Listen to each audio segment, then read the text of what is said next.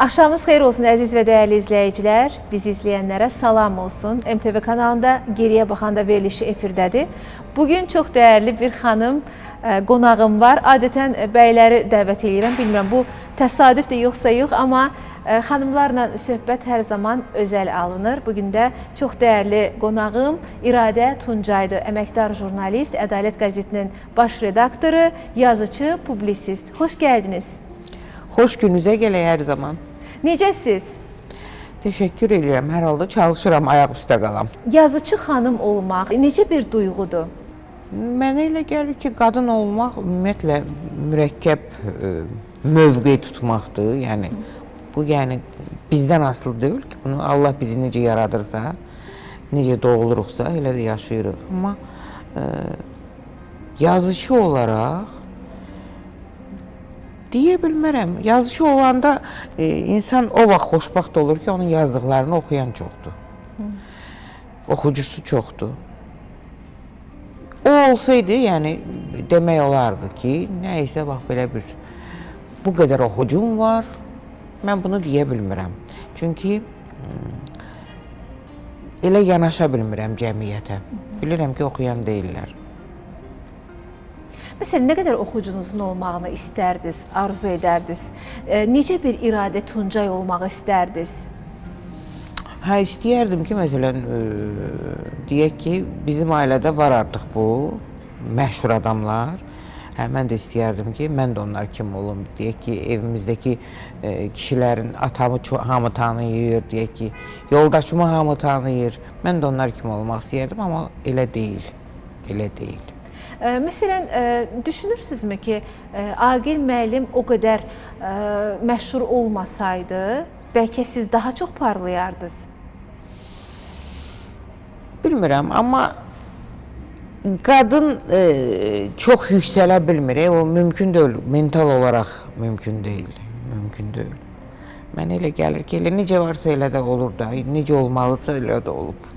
Ədəbiyyatda kitabı oxuyanda, hətta yazıçının adını bilməsən belə, bunun xanımın yoxsa bəyin yazdığını ayırd eləmək olur. Bilinir, doğru. Bilinir. Yəni, ümumiyyətlə, qadınlar, bəylərin vurğulamadığı nəyi daha çox vurğuluyurlar əsərlərdə, kitablarda?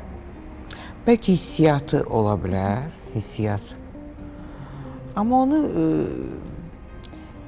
daxilən hiss eləmək lazımdır da, belə deyə bilmirəm mən.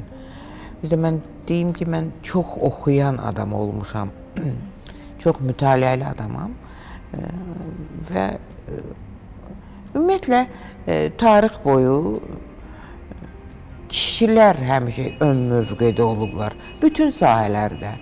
Fərqi yoxdur, təbabətdə olsun, mühəndislikdə olsun, deyək ki, ədəbiyyatda olsun, fərqi yoxdur. Kişilər ön mövqedə olublar. İndi son illərdə, son əsrdə, deyək ki, qadınlar daha çox əl atırlar bu mövzulara da, nə bilim, sahələrə də. Bilmirəm nə dərəcədə, hər halda çox yazıçıların adını çəksək, hamısı kişi olacaq da. Qadın, deyək ki, yəni, Voyniçi xatırlaya bilərsən, bilirsən ki, o budur yazıb. Amma böyük əksəriyyət kişilərdir. Bunun da yəqin bir səbəbi var da. Bəlkə kişilərə daha çox güvən olur, güvənirlər. Güvənirlər. Bilmirəm, yəqin kişilər daha istedadlıdır. Mən elə fikirləşirəm. Aydındır. Bəs Azərbaycan ədəbiyyatında hazırda, müasir Azərbaycan ədəbiyyatında kimləri oxuyursunuz və dəyərləndirirsiniz? Həyat yoldaşınız xaric. Sənə deyim ki, mən bu son vaxtlar, bilmirəm, xəstəliyimlə əlaqədardır, yoxsa bu müharibələr, nə bilim, o hadisələr, bunlar çox təsir elədi mənə. Ancaq çox kiçik yazılmış, balaca mövzuları əhatə edən nəyisə oxuyuram. Çünki oxuya bilmirəm. Görürəm ki, beynim qəbul eləmir. Yəni, görünür o da həqiqətən hər şey mənə çox təsir eləyib. Ona görə çox oxuya da bilmirəm. Son vaxtlar oxuya bilmirəm. Yazmaq daha rahatdır, eləmi? Yox, indi son vaxtlar yazmaq da yoxdur. Qəribədir də, bax belə bir qəribə bir çərçivə içində qalmışam. Nə yaza bilmirəm, nə oxuya bilmirəm. Bu da görünür bu hadisələrlə bağlı oldu. O mənə çox təsir elədi. O müharibə vaxtı hər şəklini gördüyüm şəhidlə bərabər el bil mən də ölürdüm, dirilirdim. Yəqin bunların hamısı təsir eləyib və bu Çox kövrək olmusunuz İradə xanım. Biz həmişə sizi necə tanırdıq? Sərt, iti qələmli, sözü üzə deyən. Mən sizin belə kövrək tərəfinizi heç görməmişdim. Amma indi o qədər qəlbiniz, yəni mən sizin doğum tarixinizdə, yəni bürcünüzü oxudum. Əqrəb bürcünün nümayəndəsiniz. Bilmirəm nə dərəcədə inanırsınız bürclərə, yoxsa yox. İnanıram. Bilirəm ki, siz yəni çox kövrək qəlbə sahibsiz. Əvvəllər bu o qədər də hiss olunmurdu. Amma indi daha çox özünü biruzə verir, bilmirəm niyə. Biz nə vaxt görüşmüşük? Sən çox Bərabər gənc bir, çalışmışıq. bilirəm də, Bəli. sən gənc bir qız idin. Birlikdə işləmişik. Yəni sən məni o bütün dərinliklərini tanıya bilməzdin mənim xarakterimin. Bu var idi. Görünür, həm də yaş da artır axı. Onu da nəzərə al ki, yaş da artır. O da insanın istər-istəməz həm psixikasına təsir eləyir, həm də orqanizminə bütünlükdə təsir eləyir, yəni belə deyək. Səhər durursan, fikirləşsən, başım ağrımır ki, bugün necə olacam görən, bax belə. Qocalmaq istəmirsiniz. Çox qəribədir ki, adamda bir qocalmaq qorxusu olur. Olur. Hər kəsdə olur o. Hər kəsdə olur və mən fikirləşirəm ki, əvvəllər bir maraqlı hekayə oxumuşdum. Deməli, teatrdır, hər zaman əsas rolları oynayan bir aktrisadır. Bu aktrisanın yaşı keçib və görür ki, bir cavan qız gəlib, rejissor onunla nəyisə müzakirə eləyir və başa düşür ki, deməli bu cavan aktrisa gəlibsə, rejissor onu çağırıbsa, deməli indi onun oynadığı rolları artıq o gənc aktrisa oynayacaq. Yəni həyatda belədir. İstər-istəməz sən yerini gənclərə verirsən. Bu bizdən asılı deyil. Mən olum, o birisi olsun, fərqi yoxdur. Deməli, sən bununla barışmağı öyrənməlisən, barışmağı bacarmalısan. Hər halda mən çalışıram ki, bacarım, amma qocalmaq elə bir gözəl bir şey deyil ki, onu arzulayasan. Amma hər halda yəqin o da var ki, Allah deməli sənə uzun ömür verib ki, sən qocala bilmirsən də. Ümumiyyətlə, həyat fəlsəfəniz nədir? Həyat şüarınız nədir? Və dəyişibmi bu, illər dəyişsə də? Heç bilmirəm mənim həyat şüarım nədir. Mən həmişə çalışmışam insan kimi humanist insan olum. Demirəm, mən humanist, yəni böyük çıxır. Amma hər halda yaxşılıq eləməyi sevmişəm. İnsanlara münasibətdə yaxınlıq eləməyə çalışmışam. Mən demirəm, mən ünsiyyətçiləm, yox, deyiləm. Məsələn, Aqil məndən fərqlidir, o çox ünsiyyətçil adamdır. Amma hər halda necə varamsa eləyəm də. Məncə, azdan çoxdan indi məni tanıyan adamlar onu necə varamsa elə də qəbul eləyirlər. Əgər onlar indiyə qədər mənim yaxınlığımda varsalar, deməli, onlar da məni elə olduğum kimi qəbul eləyirlər. Qocalmaq nədir? Əslində, günlərin bir günü görürsən ki, bugün atan yoxdur, sonra anan yoxdur. Yəni, bunları budmaq, həzm eləmək çox çətindir. Amma hamı bundan keçir. Yəni, bu dünyada dünyanı tutub dayanacaq bir insan yoxdur. Hamının anası da ölür, atası da ölür. Və sonra bunları yenidən yaşamaq, yenidən xatırlamaq, bax bunlar ağırdır. Məsələn, mən indi çox sevirəm mən səyahət eləməyi, yəni xarakter olaraq özümü deyə bilmərəm, amma mən çox səyahət eləməyi sevən adamam.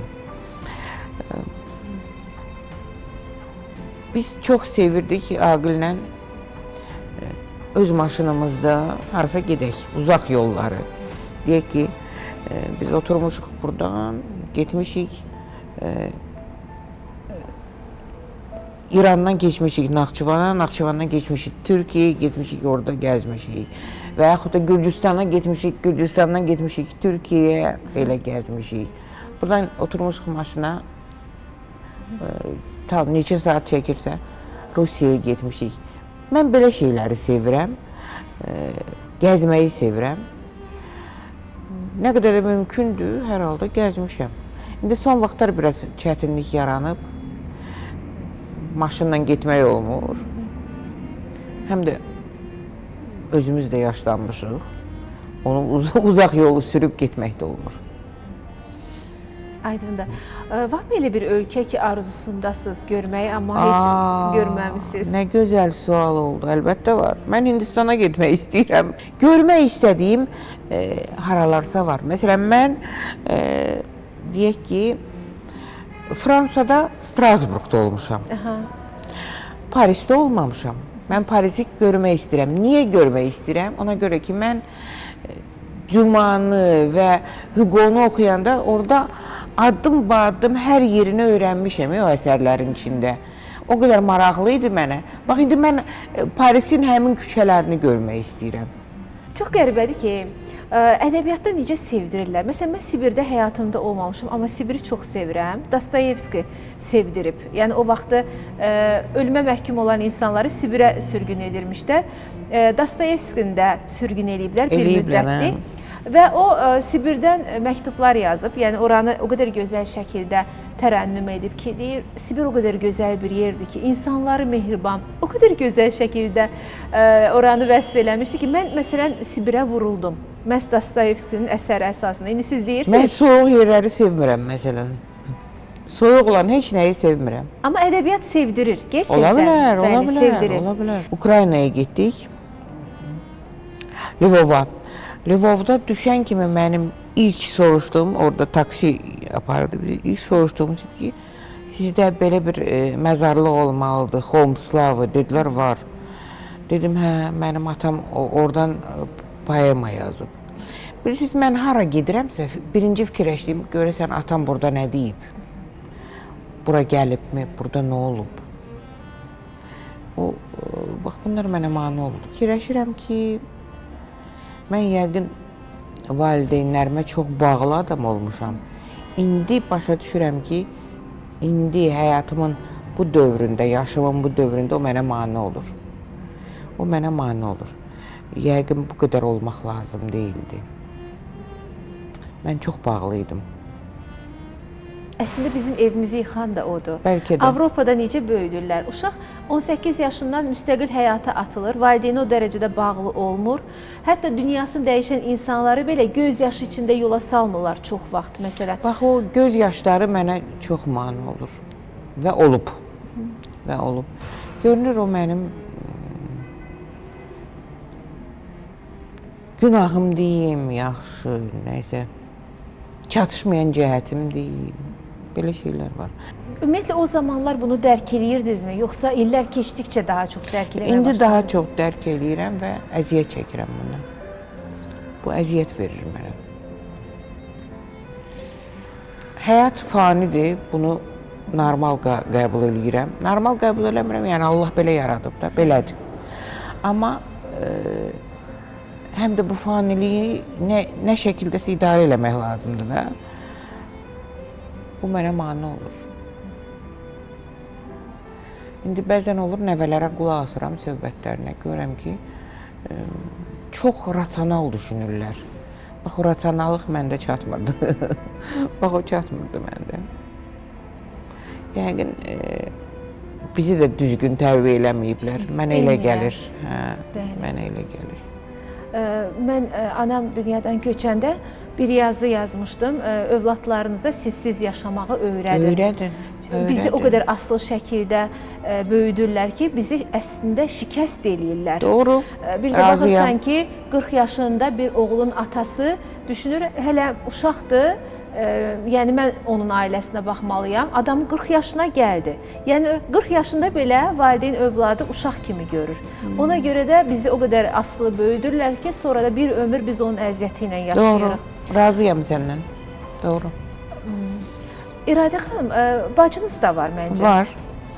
Bacınız da belə... O məndən kiçikdir. Kiçikdir. Aha. Dediniz ki, əslində mən ünsiyyətçil deyiləm. Daha çox kimdən ünsiyyət saxlayırsınız? Ünsiyyətçil deyiləm. Olur da zaman-zaman bu mərhələ-mərhələ o insanlar dəyişir. Kimsə gəlir, kimsə gedir. Ola bilər ki, ya nə isə bir problem olur aranda, aralanırsan və yaxud da onun ayrı bir işi çıxır, ayrı maraqları yaranır. Yeni adamlar, bu görünür qaydadır da ümumiyyətlə insan həyatında. Kimsə gəlir, kimsə gedir. Yəni dəyişir. Rollar dəyişir. Yeknəsək heç nə olmur ona görə. Var yəni, dostlarım da var. Demirəm çoxdur, demirəm. Yəni ünsiyyətçil adam deyiləm. Bacımla çox həmişə yaxın münasibətlərimiz olub. Yəni dost olmusunuzmu bacınızla? Olmuşuq. Ümumiyyətlə inanırsınızmı dostluqlara? Varmı dostluqlar? Müəyyən bir yerə qədər gələ bilər də, o çox açıq, saçıq münasibətlər ola bilməz. Hər halda bir baryer olmalıdır onun üçün də. Mən həmişə onu gözləyirəm. Amma hər halda yaxınlıq elədiyim adamlar da var. Qarşımdakı adamın xarakteri ilə bağlıdır. O istər-istəməz məndən asılı olmadan o bir də görürsən ki, qaynayıb qarışmısan. Bax belə bir şeydir.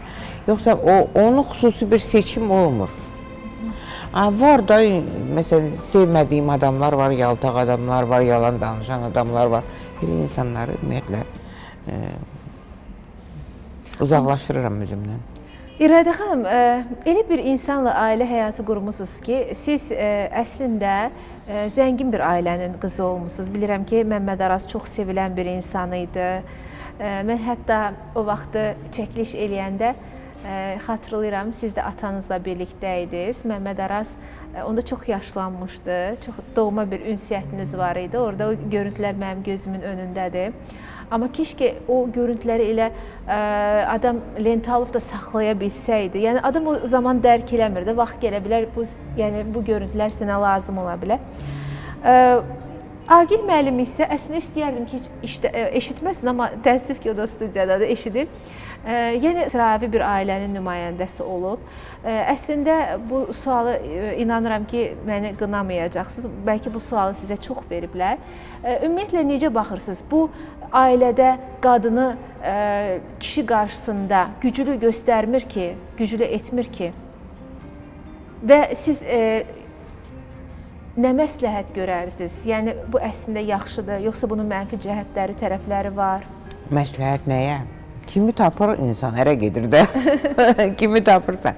Yox, yəni dediyiniz kimi deyil. Biz insan kimi xarakter olaraq aqillə çox mənfi qütblərdə deyərəm, amma biz həm də çox yaxın insanlarıq. Çox yaxın insanlarıq. Çünki bizi nə birləşdirib? Ədəbiyyata bağlılıq. Məsələn, deyək ki, biz söhbət edirik. İkimiz də hər xəbərdarıq da. Məsələn, deyək ki, Balzacdan danışırıq, bilirik.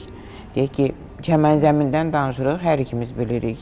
Yəni, bu məlumat bazamız çox yaxındır deyənə. Ona görə bəzən bizdən soruşurlar ki, darıxmırsınız, uzaq yolu birlikdə neçə saat gedirsiniz. Deyirəm, yox, biz heç hiss eləmirik o darıxmağı. Əksinə biz o qədər maraqlı söhbətlər edirik ki, yol boyu, yəni. Siz məndən soruşub eyni sualları ona da versəniz, O da sizə eyni cavabları verəcək. Yəni əslində belə düzdür, aqilin o qədər pis xasiyyətləri olub, narazılıqlarımız çox olub bunlar. Yəni onda da özü deyəcək ki, hə olub. Məsələn, nə kimi? İstərdim deyəsiz, çünki insanlara da bir nümunə olsun. Bəlkə kiminsə ailəsində də belə narazılıq olur. Lazım deyil elə nümunə, lazım Dözüm deyil. nümayiş etdirsinlər. Hə, dözmək insan üçün, ümumiyyətlə insan bəndə Allah yaradıb ki, o səbr eləsin və o səbri sınağa çəkir. O dözümün yoxdursa, çox çətin olur insana. Yaxşı, bugün belə keyfin belə istədi, bunu elədin, sabah keyfin istədi, belə elədin. Elə deyil, elə deyil. Yəni, gərək o insan o sınağa çəkilirsə, o sınaqlardan keçməyi bacarmalıdır. Mən fikirləşirəm ki, biz hər ikimiz bu sınaqlardan keçməyə çalışmışıq. Yəni, hər şey üçün dalaşmaq, müharibə eləmək, yəni hər halda sülh hər şeydən önəmlidir də. Hər bir müharibənin də sonu sülhlə bitir. Amma kənarda necə görünür? Aqil müəllim daha çox kompromisə gedir kimi görünür. Bilmirəm, nə dərəcədə düzgündür? Yox, ola bilər, ola bilər, ola bilər, ola bilər. Bir sual da vermək istəyirəm sizə. Necə tanış oldunuz? Mən universitetdə oxuyurdum, o da bitirmişdi artıq universiteti. O gəlirdi, gedirdi, orada tələbələri vardı, mənim tələbə yoldaşlarım, onlarla tanış idi. O da gəlirdi, gedirdi. Bir də gördüm bir dəfə, söykənib durmuşdum belə divara. Gördüm belə iri gözlü bir oğlan belə baxır mənə, çox diqqətlə. Sonra müəyyən bir vaxt keçdi. Tələbə yoldaşım vardı, indi rəhmətə gedib. Zəng elədi mənə ki, İradə, səninlə işim var, düş aşağı. Biz onda 16-cı mərtəbə, indi o binanı dağıdıblar. Bax, xatirələrimin birini dağıdıblar. Hansı universitetdən gedir söhbət? Bakı Dövlət Universiteti. O vaxt Azərbaycan Dövlət Universiteti deyirdik də. O vaxt ayrısı yox idi. Düşdüm aşağı, gördüm həmin o iri gözlü oğlan durub onun yanında. Sonra o Mənsur idi oğlanın adı. Dedi, Mənsur, sən get, biz özümüz söhbət eləyəcəyik. Ya belə, elə o vaxtdan danışırıq. Az qalıb 50 il olsun. İnşallah olar. İnşallah. 81-ci ildə evlənmişik. 89-da da bu hadisələr başladı. Yəni, uşaqlar balaca idi. Sonra elə yavaş-yavaş elə bu müharibələrin içində də uşaqlar da böyüdü. Biraz çətin məsələdir. Mən fikirləşirəm. İnsanlar deyirlər, sən xoşbəxtsən ya özünü xoşbəxt saymırsan. Bunu müəyyən bir konkret söz demək olmur axı. Xoşbəxtliyin anları var. Bəzən xoşbəxt olur insan. Xatırladığı bəzi gözəl fraqmentlər, həyatının fraqmentləri. Bəzən isə fikirləşəndə hətta adamın gözündən yaş axır. Yəni, həyat müəyyən bir ssenari əsasında olmur axı. O, bizim istəyimizlə də olmur. Əslində, bu necə olur, onu da bilən yoxdur. Yəni, əslində, bilirik də, yəni, bizim üçün belə yazılıb. Hər kəsin öz yazısı var. Və o yazı ilə də yaşayırıq. Amma narazı deyilsiniz ki, yazılan yazıdan? Yox, mən indi ümumiyyətlə heç nədən deyirəm də, mən çox dəyişmişəm xarakter. Çox dəyişmişsiniz, valla. Çox dəyişmişəm xarakter etibarı ilə. Ümumiyyətlə, mən indi hər şeyi necə varsa elə də qəbul edirəm. Deməli, belə olmalıymış. Olmalıymış. Belə də gedirəm. Bu yaxşıdır, yoxsa pis? Yəni, mən elə gəlir ki, siz həyatla barışmısınız əslində. Mənə də elə gəlir ki, mən barışmışam həyatla. Amma başqa cür olanda da çox çətin olur. çox belə bir söz var, insan deyir 20 yaşında inqilabçı deyilsə, 40 yaşında da artıq hər şeylə barışmayıbsa, o artıq anormal insandır. Yəni mənim indiki yaşımda ayrı nə düşünmək olar ki? Dərman pulun olsun, hərəkət eləməyə gücün olsun. Ayrı işini istəmir insan, ayrı işini istəmir. Bilmirəm, görünür mən çox tez təslim olmusunuz. təslim olmadım. Hə, təslim oldum. Yəqin eləndi. Ola bilər. Yəqin elə belə də olmalıydım ha. Ayrı cür ola bilməzdi. Mənim, yəni tutalım 20 il əvvəlki halımla indiki halım çox dəyişir. 2000-ci ildən sonra mən addım-addım geri gedirəm, özümü hiss eləyirəm onu. Amma yaradıcı insan daima motivasiya olmalıdır. Motivə olanda daha rahat olur yaşamaq. Nəsə yenilikçi olmalıdır, elə bilirəm ki. Hə, olmalıdır. Sən yaşda mən də elə düşünürdüm. Gözəlim mənim. Olmalıdır, amma malı məli şəkilçiləri var da, olmalıdır. Ramiz Rövşənin bir şeiri var, deyir, mənim balam bu dünya ilə oynama, dünya qoca dünyadır. Adam müəyyən yaşa qədər elə bilir ki, sən çox güclüsən, dünya acizdir sənin qarşında. Amma müəyyən yaşdan sonra anlayırsan ki, dünya gerçəkdən də qoca dünyadır və bizim kimi milyardlarla insanı yola salıb qarşılayıb. Doğru, doğru. Və sən artıq həqiqətən məcbur olursan bununla barışmağa. Başqa bir şey yoxdur. İndi mən fikirləşirəm ki, gör mən bu qədər oxumuşam da, çox oxumuşam mən. İndi fikirləşirəm, nəyə lazım idi ki, mən gözümün işığını sərf edib, nə oldu ki? Onu oxumaqla sənə nə oldu? Mənim xalam qızı var, o həmişə deyir ki, iradə deyəndə mənim birinci yadıma düşən, divanın küncündə əlində kitab nəsə oxuyan bir uşaq düşür. Fikirləşirəm ki, nə olsun? Nə oldu? Oxudum, nə oldu? Nə qazandım? Yox, qazandım, nəysə. Ən azından pensiya pulumu qazandım. İradə xanım, məktəb illərindən nə yadigar olaraq qalıb sizə? Nəyi saxlamısınız? Deyim sizə, məktəbdən heç nə saxlamamışam, çünki mənim ən nifrət elədiyim yer məktəbidir. Bax, o zəhləm gedirdi məktəbə getməkdən. Universitetdə oxuduğum illər maraqlı idi. Yaxşı tələbə yoldaşlarım var idi. Onları çox belə xatırlayıram, amma məktəb illərindən heç nə yadımda nədir, heç nə saxlamamışam, yadımda da qalmayıb onlara aid. Özə deyim ki, 3 məktəbdə oxumuşam mən. Əvvəl Yasamalda yaşayırdıq, orada oxumuşam, sonra mikrorayonda. Sonra 13 nömrəli məktəb, desin ki, Yasamaldadır da o da. Bəli, bəli. Mən də oranı bitirmişəm. Orada oxumuşam. Özü qəribədir. İndi bu sosial şəbəkələr çıxıb, hamı bir-birinlə əlaqə saxlaya bilir. Bu qədər məktəbdə oxumuşam. Son zamanlar bir dənə sinif yoldaşım axtardı, tapdı məni.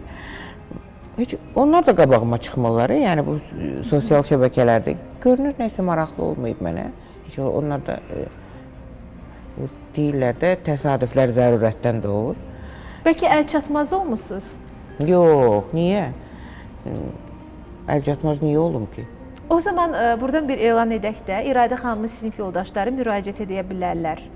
Xatırlayırsınızmı onları, İradə xanım? Yox, istəmirəm, lazım deyil. Bir dəfə birinin qızı mənə yazdı ki, mamam sizi tanıyır, adın zadın yazdı. Deyirəm ki, bəs telefonunuzu istəyir. Dedim, vallahi verdim telefonu, amma dedim 40 il keçib üstündən.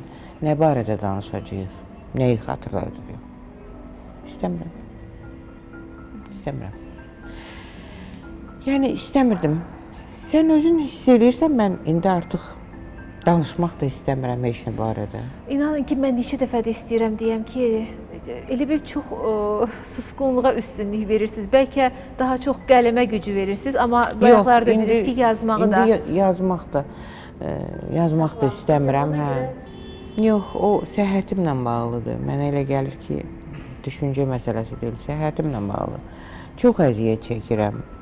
Yəni getmək, gəlmək, həkimlər, hər dəfə onlarla söhbət eləmək. Mən indi ancaq həkimlərlə yazışıram. Həkimlərlə özü böyük əksəriyyəti də Türkiyədə yaşayır. Nə danışmaq istəmirəm, nə yazmaq istəmirəm, nə oxumaq istəmirəm. Belə qəribə bir apatiya yaranıb məndə. Amma gəzmək istəyirəm. Səyahət eləmək istəyirəm. Hə, səyahət istəyirəm. Deyirəm də, özü deyəndə Hindistan deyirlər, ağlı itirmisən, Hindistan nədir? Amma Hindistan gözəldir, rəngarəngdir. Yəni bizə sevdiriblər də, o filmlər sevdirib. Ola bilər. Hindistan çayları üstündə belə qəribə şəkillər olurdu, nağıllardakı kimi. Gerçəkdən Hindistan nağıllar ölkəsidir. Yox, elə mən gedib, məsələn, deyək ki, mən tutalım, getmişim bir ölkəyə. Mən gedəndə nə axtarıram ölkəmdə? Memarlıq abidələrini. Bax, Hindistanda da görmək istədiyim nə var? O hinduist məbədlərini görmək istəyirəm. Onların adətlərini görmək istəyirəm. Bunları real şəkildə görmək istəyirəm. Yəni, insan zaten fanidir də, bugün var, sabah yoxdur. Amma heç bilmirəm, o gördüklərimizin də bizə bir xeyri olacaqmı, yoxsa yox, onu da bilmirəm. Əslində, səyahət insanı motivasiya eləyir. Səyahət insanı depressiyadan çıxardır, düşüncələrini dəyişir. O da bir terapiyadır. Məni ən çox da depressiyadan çıxardan səyahətdir. Evdə köməkçiniz varmı? Yəqin ki, var. Var. Hansı işləri məsələn görürsünüz? Hansı işlərdə özünüz birbaşa iştirak edirsiniz? İndi son vaxtlar mən heç nədə iştirak eləmirəm.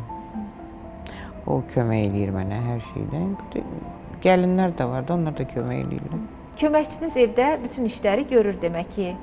Yəni bizim elə çox işimiz yoxdur. 2 adamıq da. Elə böyük iş şeyi yoxdur. Amma deyək ki, ona mən şərait yaratdım. Qızını böyütdü bizim evimizdə. Həyətdə bir ev verdik ona. Ev deyəndə, yəni, orada əvvəldən tikilmişdi. Sonra o gəldi, evi falan yox idi. Rayondan gəlmişdi. Yəni, hər halda mən dayaq durdum ona. Yəni, mən də ondan razıyam. Yəni, bilirsiniz, o çox vacib şərtdir evində insanın, o da bir ailə üzvüdür. Neçə ildir sizinlədir? Deyim də sizə. Atam sağ idi. Atamın axır günləri elə bir ki, hardasa bir 2 ay, 3 ay atam ondan sonra rəhmətə getdi. 2004-dən bu tərəfə. Çox böyük. Böyük sürokdur, yəni. Hər halda o da mənə uyğun olub ki, deməli biz yola getmişik də bu illərə. Anlaşmışsınız. Əvvəllər çox şirniyyat falan bişirməyi xoşlayırdım, indi bişirə bilmirəm. Əyilib qalxa bilmirəm, yəni. Keçən Novruzda qəşəng şəkərbura, paxlava bişirmişdiniz. Yox, mən bişirməmişdim onu, yalandan deməyim. Amma masada var idi də o baxımdan. Onu almışıq da, təbii ki, indi qonaq gəlirsə, istər-istəməz Novruzda var. Məsələn, bizdə həmişə Novruz bayramında hər şey anam bişirirdi. Sonra o yaşlaşandan sonra da mən eləyə bilmədim, mən o estafeti götürə bilmədim, yəni mən onu bacarmıram. Amma başqa şirniyyatları bilirdim. Yəni yeməkləri yaxşı bişirirdim. Amma mən arzu edirəm ki, yenə də işin başına keçməlisiniz. Bu sizə bir motivasiya olmalıdır. Yaxşı arzudur. Bəli, o yeməklərdə siz hazırlamalısınız. Valla düşüncədən çox şey asılıdır. Yazarkən çay yoxsa qəhvə? Çay içirəm adətən mən. Qara çay yoxsa yaşıl çay? Yox, yaşıl çay istəmirəm. Mən ziyanlı şeyləri sevirəm. Elə mi? Qara çay. Yəni onun ləzzətini hiss eləməliyəm. Yəni qəhvə heç içmirsiniz? İçirəm. Bu Türkiyəyə gedib gəlməklə ona da dadandım. Hə. Bu həkimlərə gedə-gedə qəhvəni də çox sevdim. Orta şəkərli. Aqil həmişə zarafatla kofedən söz deyəndə xanım orta şəkərli istəyir. Yəni artıq getdiyimiz qəhvə yerlərində də artıq Aqil bilir ki, nə demək lazımdır, yəni orta şəkərli. Ən çox atanız yoxsa ananızın yeri həyatınızda hiss olunur və yaxud da ki, darıxırsınız? Bilsən necədir qızım, əvvəl mən elə bilirdim ki, daha çox atamı sevirəm. Anamdan sonra gördüm ki, yox, heç fərq eləmir. Amma bu elə bir şeydir ki, biz bunu həll eləyəcək məsələ deyil də. Bu Doğru. heç yaxınlaşmaq lazım deyil. Bununla barışmaq lazımdır ki, bu belədir də. Sənin də gözlərində oldu. Kiminsə valideynlərlə çox bağlılığı var, kiminsə yoxdur. Kiminsə ürəyində sevgi, bağlılıq çoxdur, kiminsə ürəyində yoxdur. O qədər sizi gözəl başa düşürəm ki, gerçəkdən insan bəzən özümdə də belə hallar olur. O qədər çarəsiz qalırsan ki, həyatın yazılmamış qanunları qarşısında nəyin doğru, nəyin yanlış olduğunu belə dərk etmək olmur. Çünki o bizlik deyil, biz eləmirik onu, bizlik deyil.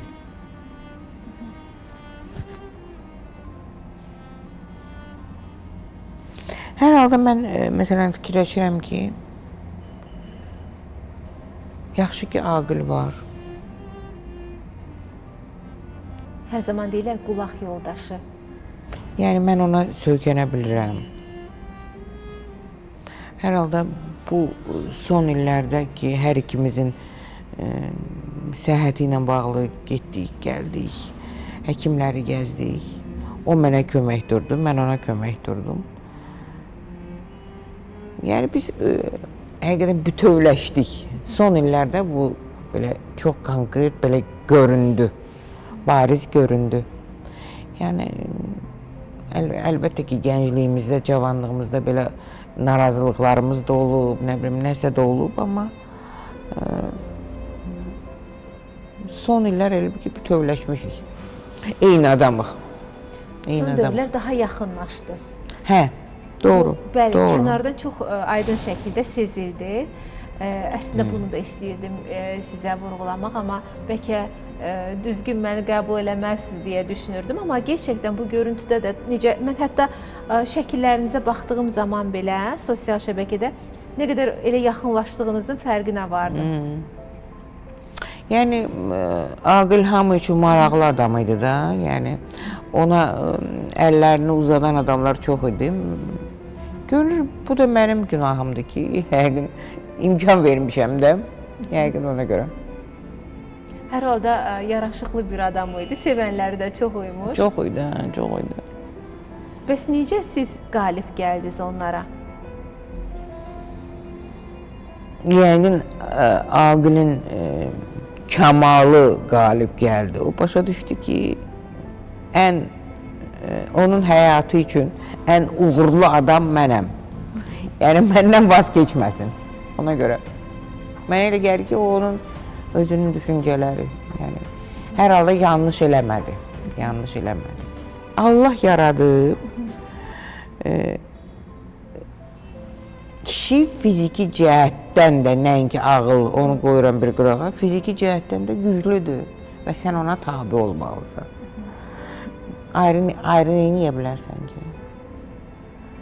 Bunu Allah belə yaradıb. Yəni, qadın uşaq dünyaya gətirir, döşündən ona süd verir. O süd olmasa o uşaq böyüməyəcək. Asılıdır anadan, eləmi? Deməli, artıq qadın da həmin situasiyadan asılıdır da. Uşağa baxmasa o uşaq qalmayacaq. Onu nə şəkildəsə, indi düzdür, hər şey dəyişib, indi sintetik yemlər də çıxır, nə bilim, nə olub. Mən sizə çox təşəkkür edirəm studiyamıza gəldiyiniz üçün. Oy canım, sən təşəkkür edirsən. Lazım Çox, deyil, mən xoş təşəkkür oldu. edirəm sənə. Çox xoş oldu sizinlə həmsöhbət olmaq və sizə sağlam, uzun ömür arzulayıram. Arzularınız gerçək olsun. Hindistana da, digər ölkələrə də səfəriniz tezliklə baş tutsun. İnşallah, inşallah. Hər halda bax, məsələn, mən baxdım sənə, sən bizim yanımızda böyümüsən də, yəni, deməli, nəysə, bu gənclərin içində çoxdur belə tanıdığım uşaqlar, yəni, hər halda bizim o aramızda böyüyən uşaqlar. Hər halda yaxşıdır da bunlar, yəni, gələcəyə fikirləşirsən ki, gələcəkdə kimsə səni xatırlayıb da nə isə deyə bilər. Bəli, elədir, elədir. Çox sağ olun, bir daha təşəkkür edirəm və sonda bizi izlədiyiniz üçün sizə sonsuz təşəkkürlər. Bugün də çox maraqlı bir verilişimiz oldu. Ayrıca məni bugün bəzəyən, saç düzümü və makiyajıma görə İlhamə xanıma dərin təşəkkürümü bildirirəm. Siz də müraciət edə bilərsiniz. Gələn həftə yenə də görüşməyi ümid edirəm. Allah əmanət olun. Hələlik.